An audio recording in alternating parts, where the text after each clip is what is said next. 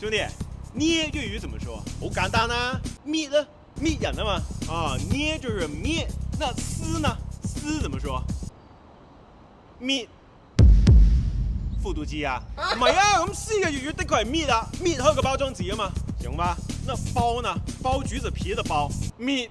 搞我是吧？這來來去去就一個字，的確係咁喎，搣橙皮啊嘛。那掰呢？比如把那餅乾掰成2半的掰，搣將餅搣開2半。那麼問別的詞，比如戒呢？戒掉壞習慣的戒，粵語咋說？搣甩啲壞習慣。擺脫呢？把一個人給擺脫了，搣甩條友。一個字6個意思啊！啊，仲有啊，如果你想叫人使錢慢慢使，慳住啲使嘅，都係搣啲錢你慢慢搣。